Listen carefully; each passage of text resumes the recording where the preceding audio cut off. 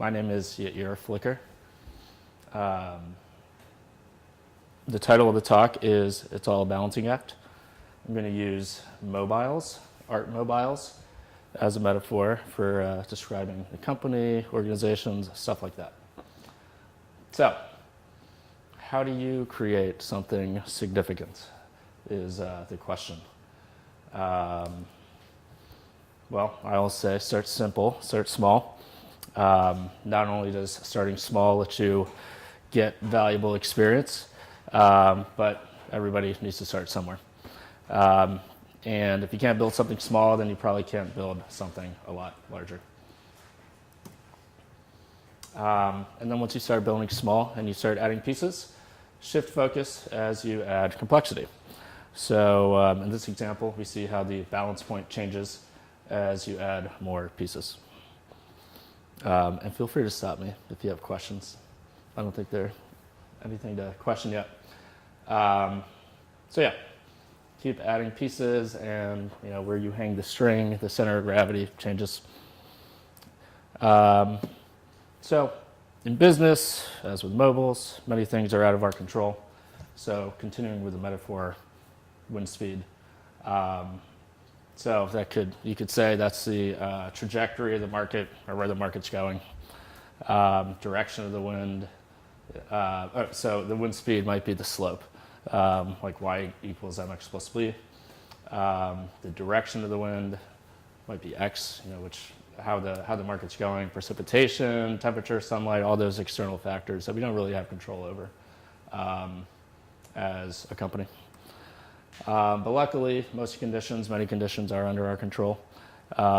Style, kind of think of that as like the culture, how we want to run our operations, how we want to build a company, how we want to act.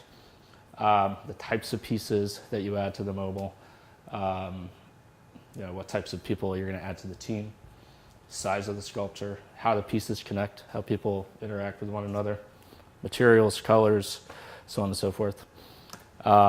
And with all that, with everything we can't control, we can have a lot of variety. So there's 3 samples here. Right here, none of the pieces really interface with each other. So it can be blowing around, and one piece doesn't really affect another. That one in the top right, is that at the BMA? I think it might be, maybe. It's not moving. I don't think it's moving. I feel like it's like a strong physical structure. But you can see, there's red, there's blue. There's not a whole lot of change going on. And then the one in the bottom right, wind can blow it, and it's not really going to fall apart. So when I was preparing this, one interesting thing that I came across was how the balance point changes with the shape, the structure of the pieces. So here in the top one, balance point has to be precise. Whereas with the bottom, as the structure is different, your balance point can be more flexible.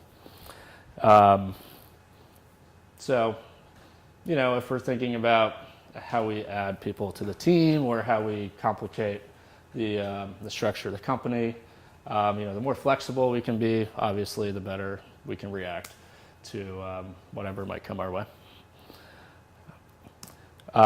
So what's the point?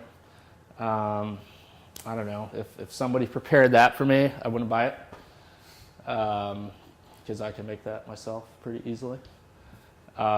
This, I don't know. I don't have a trained eye, but I'm guessing it's not like aesthetically pleasing. And it's not like something that would go for a lot of money at an art show. Because I don't know what this piece is doing down there. So they're not really like impressive or significant. So how do you build something significant? So one option is to go to wikihow.com, and they tell you how to do it. But for the rest of us, you got to think about how the pieces connect with one another, and how adding more pieces is going to change the whole structure till somehow you got something like that in the bottom right corner. That's pretty cool. Another thing is probably to identify stressors, things that stress us out. So money, we all want to get paid. We all want to make sure payroll gets run. Chaos and disorganization generally stress people out, stress me out. Angry clients, not knowing what to do.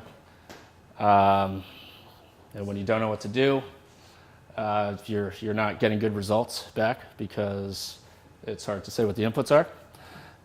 And also just being bored. With a high performing team like we have, nobody wants to be bored and not be learning anything. So once we identify a lot of stressors, then we can work to mitigate them. So we've got a couple tricks up our sleeve, a couple tools in our tool belt. And we've been working to consolidate and assign responsibility, so that if we continue with the mobile metaphor, maybe you put one shape in one side, and then that way you can add another shape to another side or add more pieces, and that way the whole thing doesn't fall apart. We also let things evolve at any time. We're progressive, so it's not like a hard fixed structure like some companies might be. We're pretty flexible, so things can change pretty easily. And we've been trying to do a lot more of this recently, leveraging specific tools for specific jobs, like HubSpot, we just rolled out. Trello, we're using more and more. Google Docs, Tracker, so on and so forth. A lot of these things weren't around years ago. But it's cool. We picked them up quickly, and they've been working pretty well. And then, identifying the specific stressors, we can work to identify ways to mitigate them. So, one thing we've been talking a lot about recently is money and invoicing, and how to help you all, or the dev team and design team, work with the clients to identify what the spend is, so that they're not getting like bad surprises and causing shitstorms, which luckily doesn't happen much. But anyway, so hopefully Dan's working on a tool for that to help everybody identify what the spend is. I think we're pretty organized. That's probably one of our strong suits, and reacting to, places where we're not organized well. So on one side, we want to help the team identify what the spend is, and keep working on interesting work. On the other side, from the marketing perspective, we're trying to get interesting work in so that people don't get bored. And so that's obviously something we're spending a lot of time working on now. I think another important thing is to have consistency. So I know art is subjective. The thing in the right, there's not a lot of consistency, but that's cool. Many people may like that.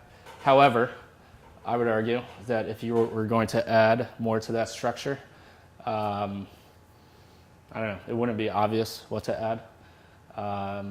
You could add a little swirly net thing or piece of fence from your backyard, and I guess it would go well with the structure, but to me it would look a little chaotic. But here it's like kind of obvious what you would add: a little black piece, maybe a red one, maybe a blue one, maybe a yellow one. I don't know, and keep adding to maintain the balance in the structure. The benefit with us is, I think, when we have consistency, we have a lot more predictability into what we're doing, what the outcomes are going to be, and it's just like a little more peaceful, more zen, and get good results. That's it.